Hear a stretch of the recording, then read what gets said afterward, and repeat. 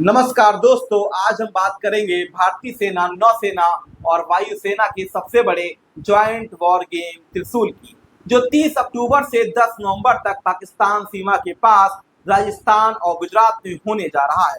इस भूमिगत और जल आधारित युद्धाभ्यास में पहली बार ऐसा होगा जब सेना के 20,000 से ज्यादा जवान, main battle tank, missile system, helicopter और ड्रोन सभी एक साथ एक रणनीति मिशन पर जुटेंगे।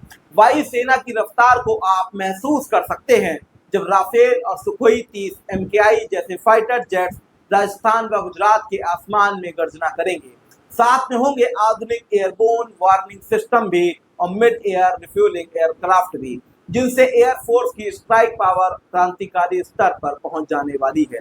थल सेना के जवान रेगिस्तान क्षेत्रों और सर क्रीक के दलदली इलाकों में विभिन्न ऑपरेशन की प्रैक्टिस करेंगे, जिसमें ट्रूप मूवमेंट, टैंक युद्ध और अम्फीबियन अटैक भी शामिल है।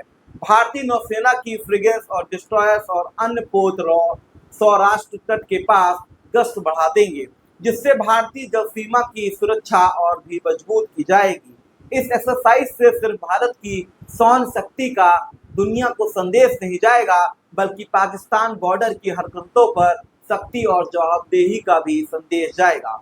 रक्षा मंत्री राजनाथ सिंह ने हाल ही में कहा है कि सर क्रीक क्षेत्र में पाकिस्तान के किसी भी दुशासन का भारत पूरी तरह से ताकत से जवाब देने को तैयार है और जरूरत पड़ी तो इतिहास और भूगोल दोनों ही बदल दिया जाएगा।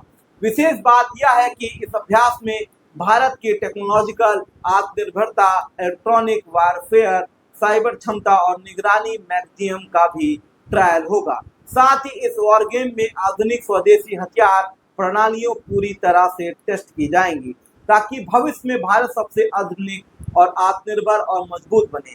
त्रिशूल अभ्यास सिर्फ एक सैन्य प्रदर्शन नहीं है, बल्कि भारत की रणनीति, निर्णायकता का, संयुक्त शक्ति और राष्ट्र सुरक्षा के प्रति दृढ़ संकल्प का ईमानदार उदाहरण भी है। आप क्या लगता है आपको, कमेंट में बताना ना भूलें। और हिंदुस्तान संवाद को अगर आपने भाई सब्सक्राइब नहीं किया है तो सब्सक्राइब करना ना भूलें, ताकि हमारी आवाज मजबूती के साथ आप तक यूं ही पहुंचती रहे। बहुत बहुत धन्यवाद।